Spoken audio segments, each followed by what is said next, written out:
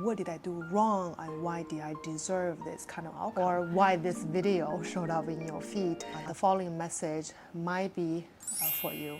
You can also learn what's the meaning behind all these difficulties. I know through life, we are always go through uncertainties. If you are going through a difficult time or thinking why life has turned out the way it is, so whatever question you have, I invite you to tune in to the conversation I have with Cynthia.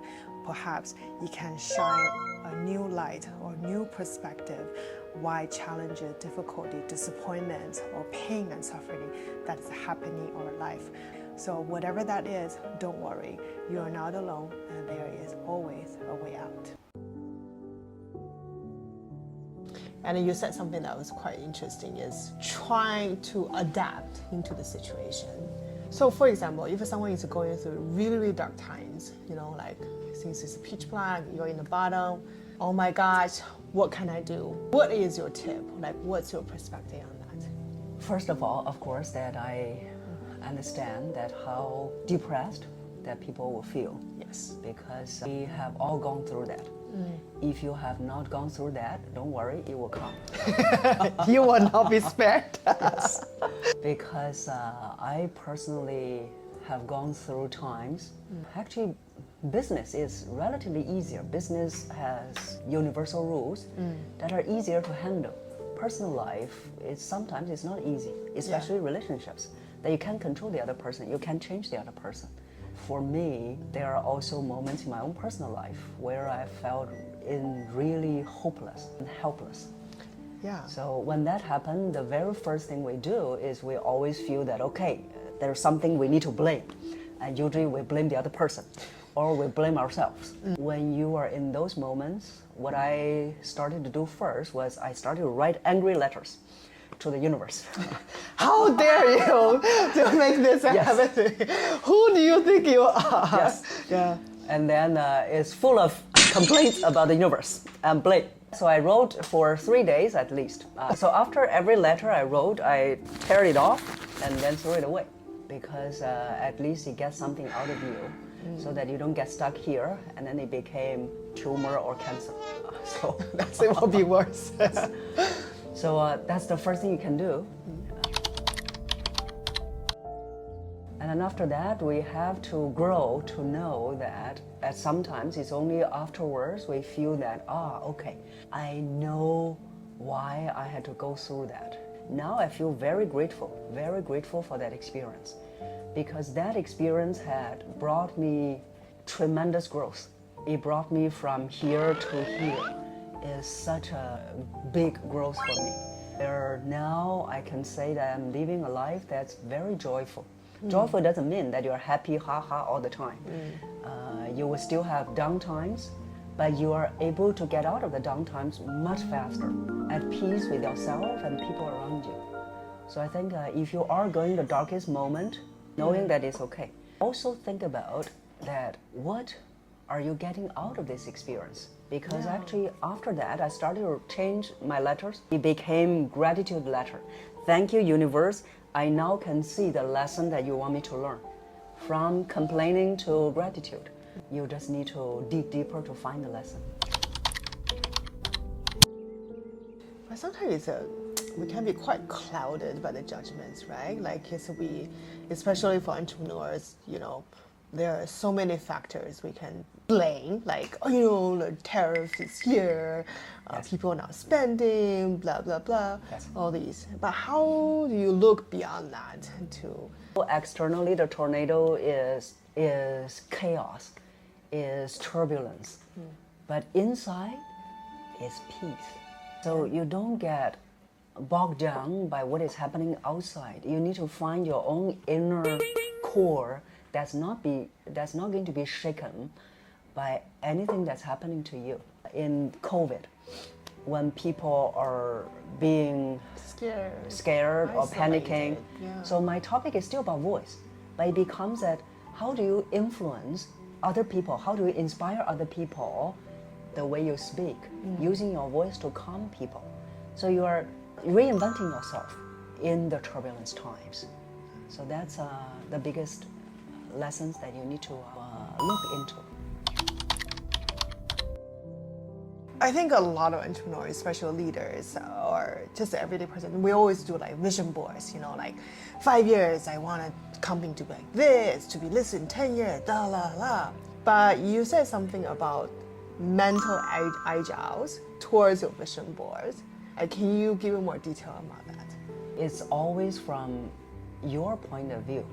How about you change it? Okay, in 5 years' time, what kind of impact, contribution you can make to others and to the world. The intention is out for the others. The universe will help you to make it happen. But how can we find our good intention? How can we dig the layers of traumas and bad experience to find a good intention within? The intention is what good can you bring to people around you? What good can you bring to the world? That's how you define whether it's a good intention. We always know there are always going to be a blow. It's like, okay, my kid needs to reach 100 in every subject. Then the kid may be forced to do something, but maybe you have overlooked the kid's mental growth. Then there are cases like this. We have heard that when the kids goes into college, they will have a mental breakdown, and they can't even go through the college anymore. Like my first book, Influence Through Voice. When I was writing it, in the beginning, it was the first year of my business. But I only write a little bit. After that, I don't feel motivated because the intention, the purpose was to boost my authority, to build my business. And then 4 years later, one day I was walking the street. I said, oh my God, if I were to die tomorrow, everything I knew about voice would be dying with me. So that's where I got motivated to write.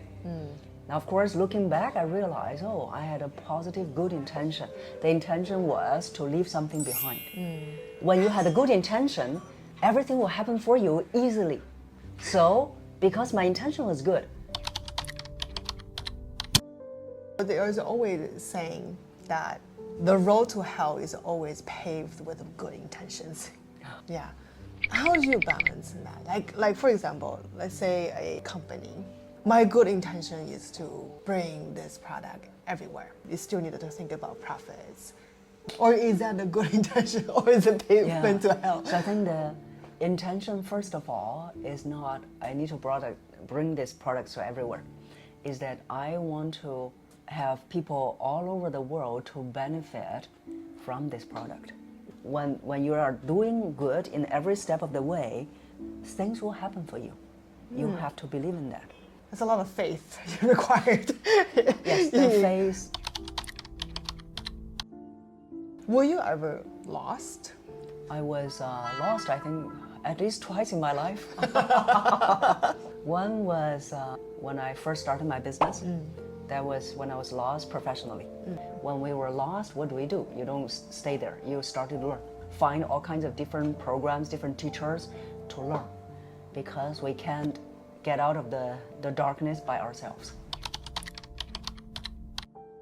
I took Lamar Forum about 10 years ago.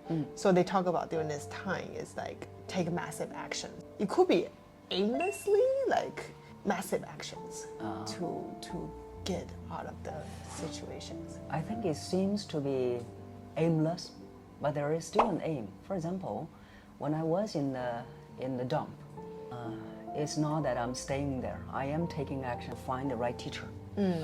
I'm taking action to meditate and pray as well. The universe will send me the right teacher. And guess what? The next day, I'm listening to a podcast. And then someone in the podcast said something. It gave me some enlightenment. That could be also a teacher. It seems that we are doing something aimless, but there is an aim. Do you see this power behind? For me, because I'm not religion, I'm spiritual.